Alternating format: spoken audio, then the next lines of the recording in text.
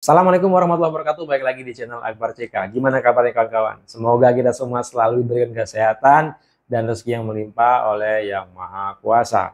Kali ini kita akan mendengarkan dan menyaksikan Adi Prayitno membungkam Mardhani Alisera yang sebut Jokowi adalah matahari kembar untuk Presiden Prabowo Subianto. Dan juga ada video yang mana Bung Hasan Nasbi membungkam kaum pembenci, kaum nyinyir, ya termasuk media yang seakan-akan hanya mereka sajalah yang bebas berbicara tentang pemerintahan, tentang nyinyirin pemerintah. Tak hanya nyinyir, tak hanya mengkritik, tetapi mereka juga menghina, menghujat, dan mencaci maki. Nah, itulah yang dibungkam Bung Hasan Nasbi. Seperti apa itu selengkapnya, tanpa berlama-lama langsung aja kita simak videonya berikut ini. Prinsipal bahwa kalau yang bukan pemerintah boleh ngomong apa aja. Bahkan termasuk kalau media boleh ngomong apa aja. Boleh menyebut apa aja, bahkan ngeledek, menghina juga boleh. Kemarin ada tayangan podcastnya salah satu media menyebut kantor komunikasi kepresiden sebagai kikiki. Apa itu? Kan KKK, terus mereka sebut sebagai kikiki. Yang suka bocor di jalan itu. Kikiki. Nah, sekarang pertanyaan saya, kalian kan orang media. Media perlu etika nggak dalam berbahasa? Harus dong. Boleh nggak menghina lembaga negara? Nggak boleh. Dalam artian menghina. Ya itu ngeledek nggak? Iya. KKK dibilang kikiki, menghina. Misalnya nama orang, udah jelas-jelas mungkin nama kecilnya Mulyono, tapi dengan maksud menghina kamu sebut Mulyono aja terus. Si Mulyono ini, ada mau? Bisa nggak media kayak gitu? Apakah media boleh kayak gitu, tapi pemerintah kalau ringan sedikit bahasanya dianggap agresif dan tidak beretika? Kalau pemerintah keluar dari bahasa formal kemudian dianggap tidak. Ini perang kognitif nih. Kami boleh berbahasa apa saja, kamu nggak boleh loh. Sama kayak pemerintah bilang anjing menggonggong, kafilah berlalu, dia marah. Oh, kamu bilang saya anjing. Padahal kalau kita masuk kelas bahasa Indonesia, peribahasa kan nggak letterleknya kita. Ya. Nggak kita dipotong satu kata aja gitu kan. Ini kan ada maknanya. Ya. Dan sejumlah menteri Prabowo ke kediaman Jokowi menerbitkan adanya isu matahari kembar di pemerintahan. Hal itu disampaikan Ketua DPP PKS Mardhani Alisera pada Jumat 11 April 2025 kemarin. Tidak khawatir, tapi tetap harus diingatkan. Karena bagaimanapun Pak Prabowo adalah presiden kita dan sistem presidensial kita betul-betul komando ada di tangan presiden.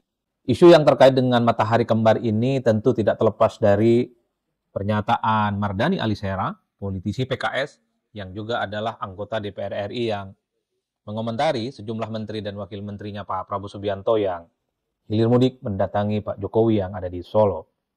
Jadi Mardhani Alisera itu sepertinya ingin memberikan warning bahwa jangan sampai ada kesan ada matahari kembar karena begitu banyak menteri dan wakil menterinya Pak Prabowo juga berbondong-bondong datang ke Jokowi. Jadi itulah yang kemudian memanti kekisruhan.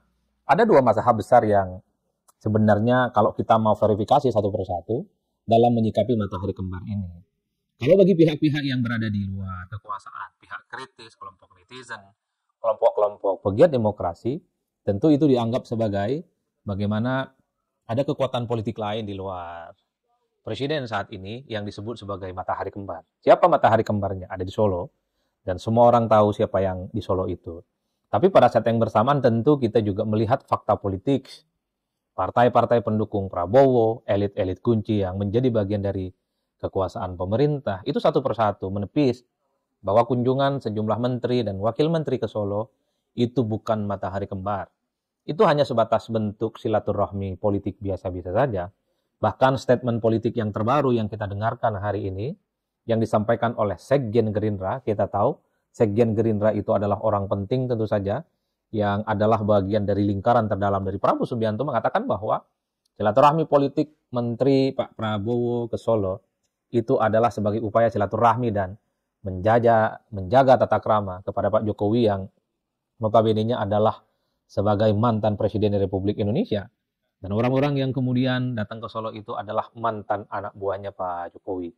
Itu clear dan fix disampaikan oleh Pak Ahmad Muzani. Jadi dalam konteks itulah kemudian saya ingin menyudahi. Oke lah, Tak ada lagi tentang matahari kembar, karena bagi istana, bagi pemerintah, dan bagi para pendukungnya, kunjungan-kunjungan yang begitu sering ke Solo bertemu dengan Pak Jokowi, itu bukan matahari kembar, dan itu dinilai tidak ada yang harus diperdebatkan secara serius. Saya ingin mengakhiri itu semua. Saya mencoba untuk memberikan argumen-argumen lain. Lalu kalau tidak ada matahari kembar, kira-kira apa sebenarnya makna dan pesan politik yang bisa ditangkap dari begitu banyaknya menteri dan wakil menteri yang berkunjung ke Pak Jokowi di Solo? Saya kira ada dua hal. Pertama, kalau kita membaca momentum politik, ini tentu tidak bisa dilepaskan dalam konteks setelah pertemuan Prabowo Subianto dengan Megawati Soekarno Putri. Jadi publik melihat setelah Prabowo bertemu dengan Megawati Soekarno Putri, ini seakan-akan konstelasi politik akan berubah secara signifikan. Karena tentu saja pertemuan dua tokoh ini tidak akan terjadi kalau tidak ada harmonisasi pikiran, tidak ada chemistry yang kemudian bisa dibangun satu sama yang lain. Jadi pertemuan di momen lebaran antara Prabowo dengan Megawati Soekarno Putri, ini kan seakan-akan mengafirmasi bahwa sebenarnya Prabowo Subianto secara perlahan sudah mulai membuka pintu komunikasi selebar-lebarnya kepada Megawati dan PDIP untuk bekerja sama dan menjadi bagian dari koalisi pemerintah. Dan itu secara eksplisit juga diakui oleh Sekjen dari Gerindra, Pak Ahmad Muzani, bahwa PDIP siap bekerja sama dan bahkan siap dijadikan sebagai instrumen untuk memajukan bangsa dan negara.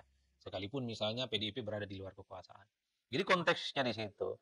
Jadi ada kesan bahwa pertemuan Pak Prabowo Subianto dengan Megawati secara persamaan ini mengesankan bahwa hubungan dengan Solo itu ya tidak sekuat dan seakrab dulu. Itu kan ini yang kemudian kita tafsirkan sebagai sebuah momentum politik. Lalu yang kedua, kenapa pertemuan ini menjadi penting didiskusikan ya? Menteri-menteri dan wakil menteri datang ke Solo. Ini kan untuk memberikan pesan bahwa Pak Jokowi itu adalah sosok yang masih penting di negara kita. Bahwa Pak Jokowi itu adalah memiliki kontribusi penting terkait dengan pemerintahan dan kekuasaan hari ini. Terbukti misalnya, hampir mayoritas menteri di Kabinet Merah Putih adalah mereka yang disebut sebagai Jokowismen.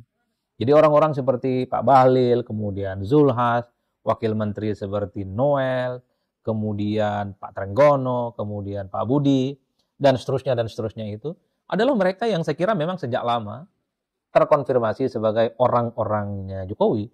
Jadi dalam momen Lebaran, sekaligus kita komparasi misalnya dengan momen pertemuan antara Pak Prabowo dengan Ibu Megawati, ini kan sebagai bentuk penegasan bahwa Jokowi sekalipun tak lagi jadi presiden, tapi pengaruh dan kekuatan politiknya itu masih bisa diukur dan cukup signifikan. Saya menyebutnya ini sebagai konsolidasi dari Jokowismen di Solo untuk memberikan kesan bahwa Pak Jokowi itu masih cukup powerful, masih cukup kuat. Bagaimana pengaruh-pengaruhnya itu tidak bisa dilepaskan sama sekali di pemerintahan kali ini.